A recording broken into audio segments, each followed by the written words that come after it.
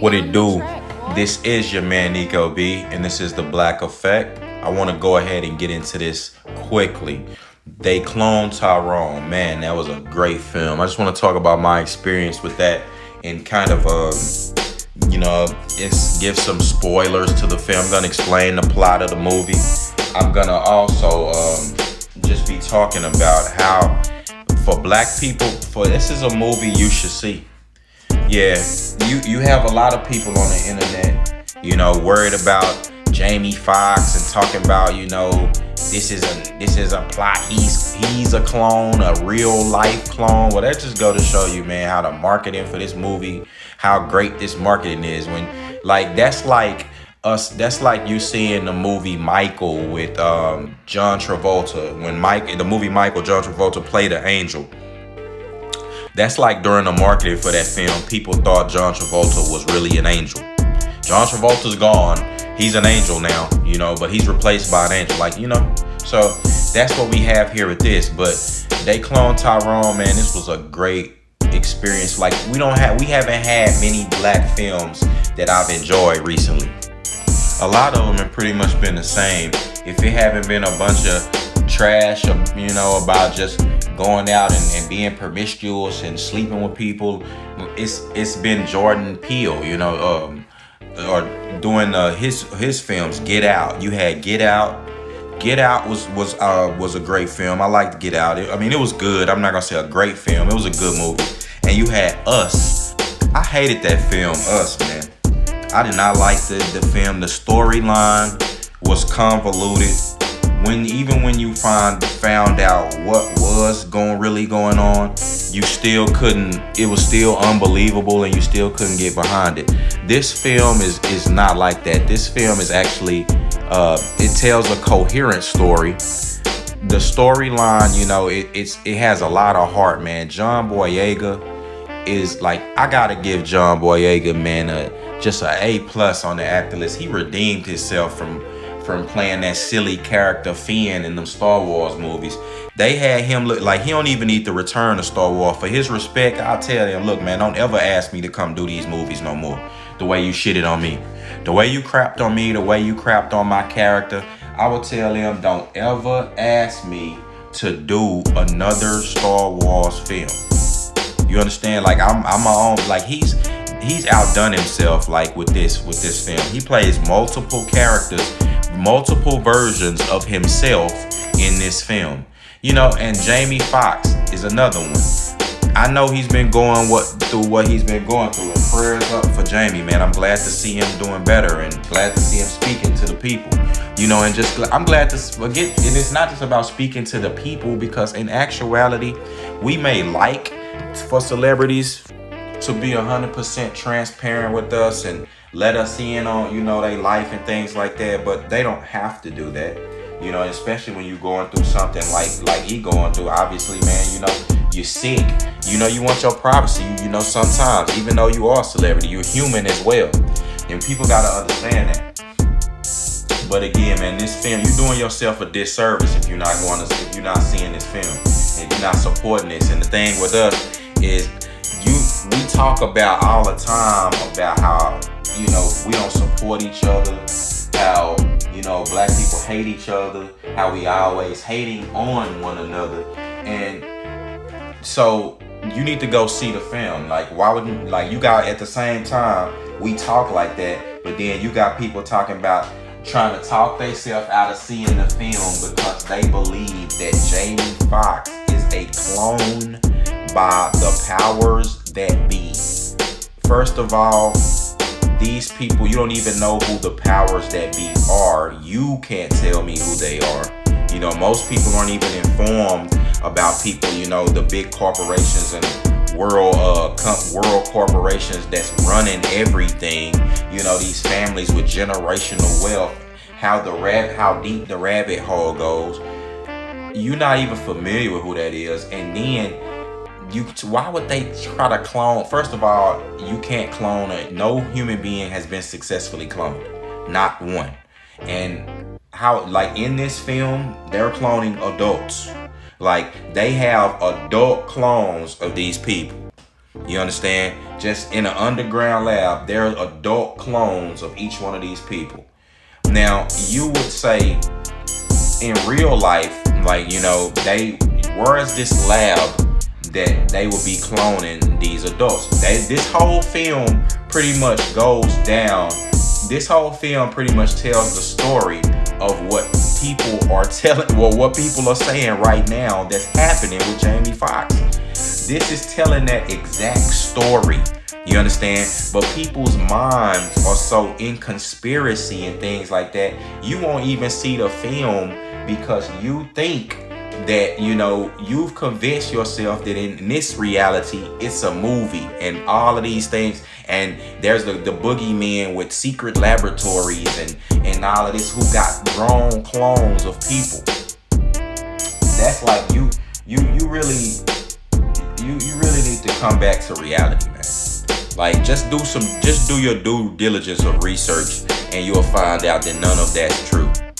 Because even when we've only successfully cloned animals, and even when and I can't even say successfully, because first of all, you have to look up the process of cloning. It's not like what you see in this movie. It's not like the science fiction version of cloning that you see in films.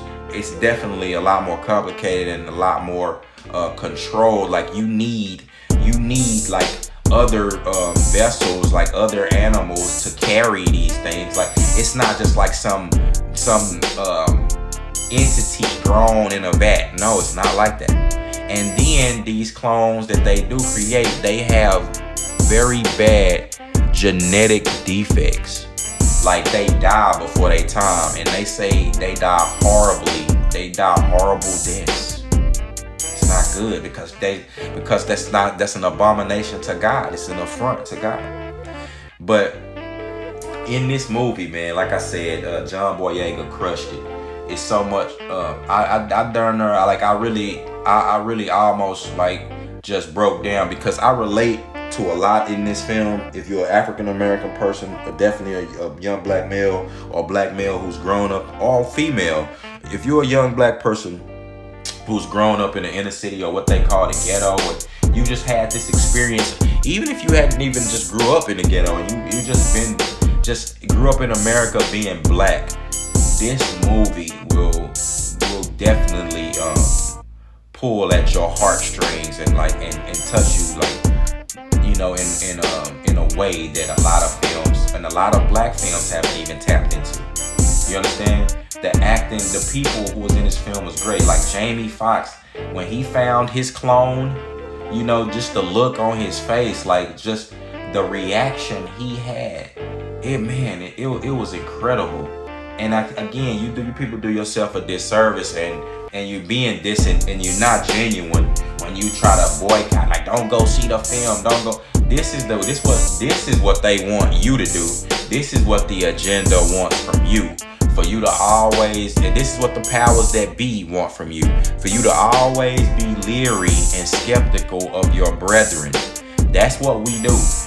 When a dude come up and if we can't do what they do, or we jealous of them, or we may feel like we want to take them down a peg, that's the first thing we start doing, spreading rumors and trying to rally people to not get behind them, like to not be behind them or not support them, and it's like, why would you do that to your brothers or sisters? You know what I'm saying? Like, dudes try not to do that with these female rappers, even though this rap is trash and this stuff ain't doing nothing to help nobody.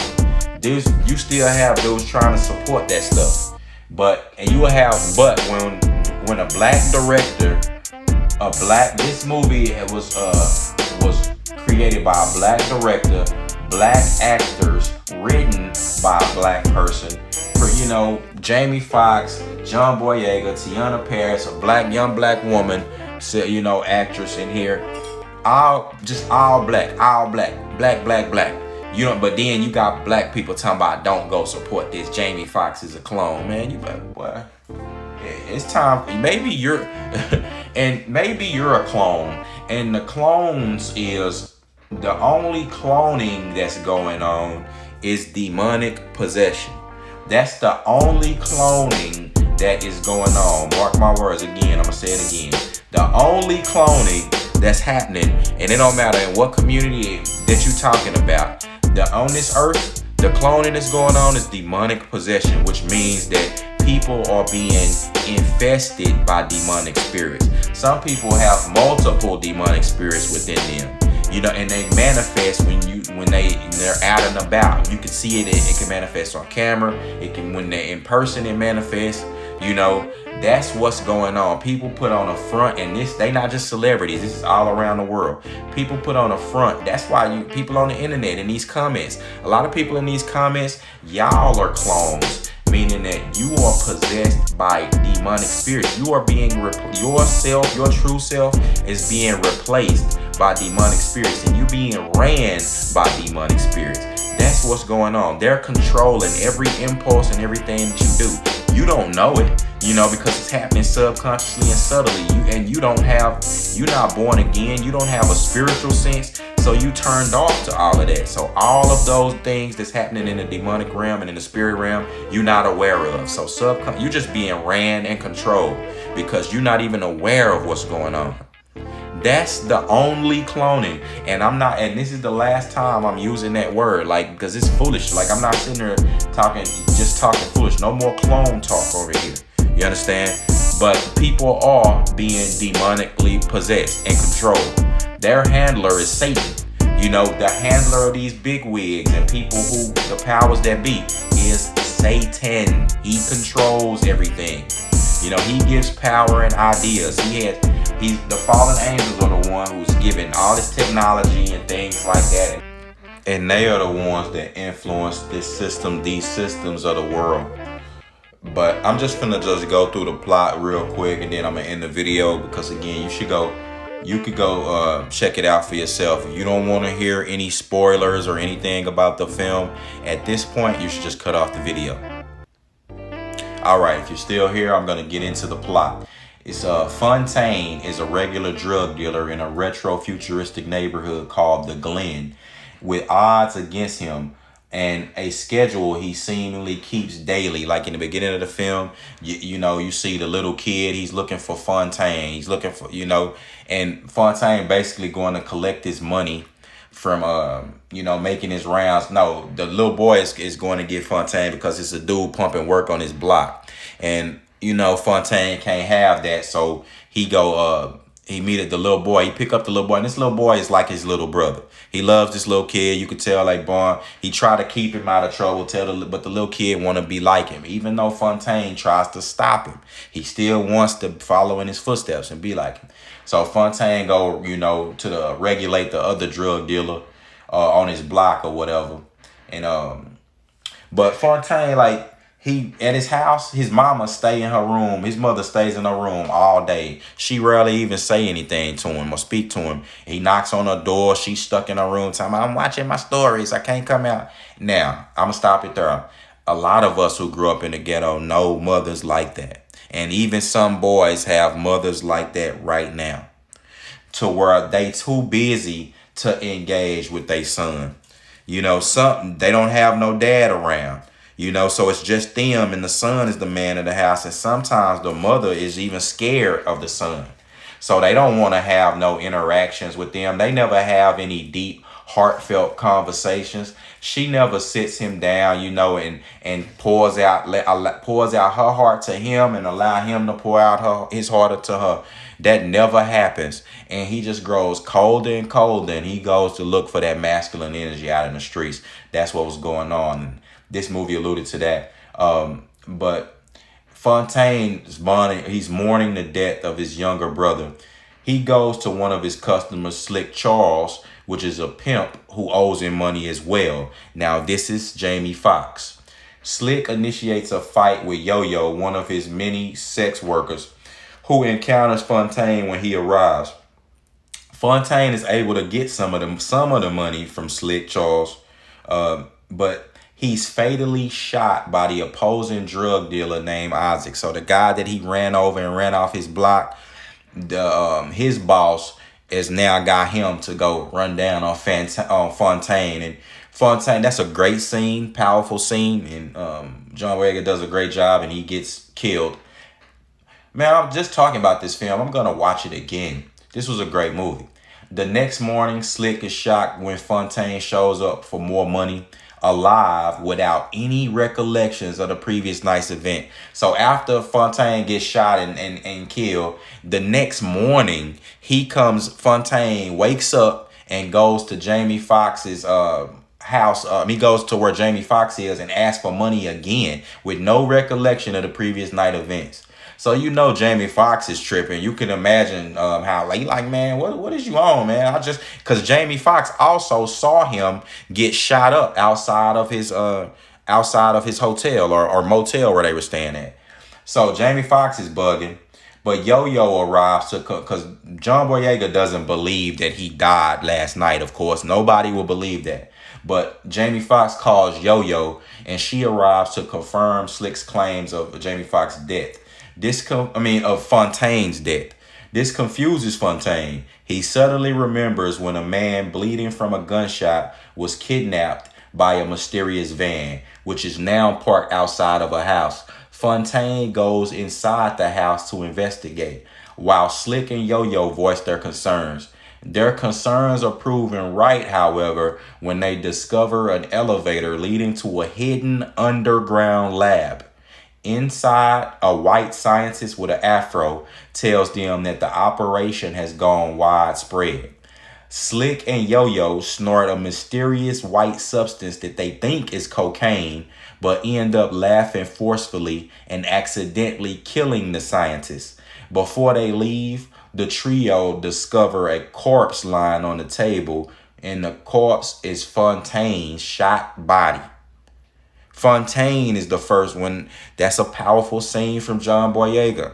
Once Yo-Yo and Slick find Fontaine, they find him with a look of horror, shock, disgust on his face because he's looking at his own dead body with those gunshot wounds. That's the Fontaine who got killed. So they end up leaving, and at a chicken restaurant, they go, they end up they want to regroup and figure out what's really going on. I know it's a lot, but Jamie Foxx wants to get something to eat. So they go to the chicken restaurant. Every person in the building began laughing at the same time, which makes Slick, Jamie Foxx character, realize that the fried chicken, which has been said to have a new secret ingredient, the secret ingredient contains the same white substance that they had snorted previously. And by investigating further, Yo-Yo initiates foreplay with the restaurant manager, who coincidentally looks similar to the scientist that Slick killed. While pleasuring him, she discovers that the entirety of the Glen is being surveilled and recorded. So they start putting clues together, and they discover through a hidden message from a drunk that Fontaine encounters daily. Like, drunks be having hidden wisdom. Like, you never know.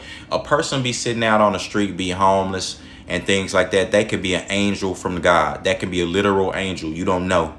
And a lot of people, they may think they don't have wisdom, but a homeless person or a drunk they may have wisdom to offer as well, because they've lived this life, and you may think people are crazy, but you may want to listen to them. They might be having a message for you. So that's how, from that hidden message from the drunk, they discover a local black church where the group becomes deeply unsettled by a disturbing set of lyrics that the churchgoers collectively sing. After the service finishes, the group discover an elevator on the altar. In this lab, however, Fontaine and Slick find clones of themselves, multiple clones. They also find evidence that the scientists behind the operation can control the clones through certain trigger words and items like the fried chicken. They find an exit to the facility, which is connected to a local strip club. Go figure. The DJ secretly part of the operation. See, these strip clubs and these clubs and keeping black people all smoked out and drinked out and taking pills. This is what keeps you in bondage. This is what opens you up to the cloning process. meaning demonic possession. It opens portals within your chakra and your spirit to where now you can encounter these demons. You're on their radar now. Now they can come into your vessel and take possession, because you understand the Bible tells you if you don't have your spirit filled, your heart filled with the Holy Spirit, your vessel, your whole body needs to be filled with the light of the Lord. If not, it's going to be filled. The demons can come in and they can bring in stronger demons and overtake you. And now you're filled with multiple demons, not just one. You're in possession by multiple spirits. So it says this was connected, the exit was connected to a local strip club. The DJ, he's secretly part of the operation, brainwashing the club goers with music, forcing them to chase the trio down until a mysterious white man named Nixon, which is played by Kiefer Sutherland, shows up and incapacitates all of them.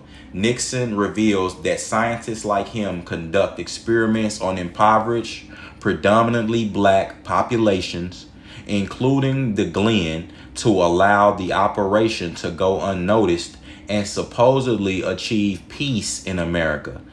It's also revealed that Fontaine and Slick are clones themselves, as Nixon uses a deadly trigger word on them, and he threatens to use it on them again if they don't stop their investigation.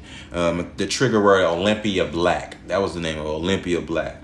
The next morning, Fontaine falls deeper into a state of despair. Fontaine is I felt this scene right here. This is a scene that I just felt like I was like this movie was pulling on your heart the whole time. But John Boyega, man, just crushed this film, man. But because in this scene, the next morning, Fontaine just fell into a deep state of despair after discovering that his mother, who he never actually saw her. She's always in her room watching stories, and he just go out on the block doing his thing. He found out, he kicked the door open and found out she was just a voice on a tape recorder. That just broke him down. He was just like, out of everything and all things, man, you found out you don't even have no identity. You a clone. You know what I'm saying? All of this stuff is set up for you to fail. Like they said, when he found his clone was A001. He was the first, and everything was set up around him. He kept his community impoverished. They needed, you look at people like BMF, Big Meech and all that. These huge drug dealers, Frank Lucas, these men were larger than life in their community. They had a lot of influence and power in their community, but they also was like they were getting people killed. They were causing, they were keeping everybody in bondage and the drugs and murder and money worship. They were doing that. The pimp, keep all these women, manipulate them, the black women, keep them down, keep them beat up in the mind. All of these things are just a mental mind fuck for the black man. You understand? For lack of a better word, that's what it is for the black man and woman. And then we pit against each other at the same time. It's just a mental mind fuck. And, we need to rise above that. And that's what this film alludes to. You understand? But after we see that scene with Fontaine, I tell you, I shed tears during that, because again, I understand, the pain of a young black man growing up in the city and just growing up in America. And you know what I'm saying? And like I said, with him and his mother, he just found out that wasn't even real. And it says, so we switch to the scene with Yo-Yo. She decides to take matters into her own hands. Yo-Yo's like, she trying to blow the lid off of this, because you find out the only person who not a clone is Yo-Yo. Yo-Yo isn't a clone. She's her own self, and she's the only version. And according to Kiefer Sutherland, the white man, according to him, she comes a dime a dozen. They can get them anywhere. That's what he was saying. But Tyrone's, a Big Meech, a Frank Lucas, don't come a dime a dozen. These pimps and people who can manipulate large groups of women and get them bringing money back and going and sell their body, you can't produce them a dime a dozen. They cloned them. You understand? And this is how the demonic realm works. The demonic realm is looking for people who really have gifts and can use things.